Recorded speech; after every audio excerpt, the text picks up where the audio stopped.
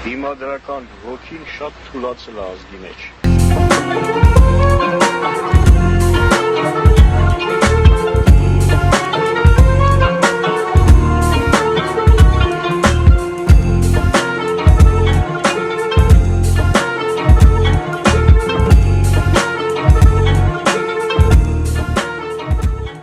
Իրոք հասկանում եմ, որ չի կարելի հանձնել ոչ մի կտոր հող,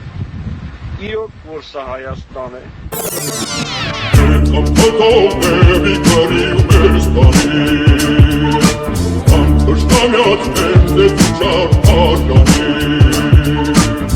Ոցագի դեմը միշտ եղել ենք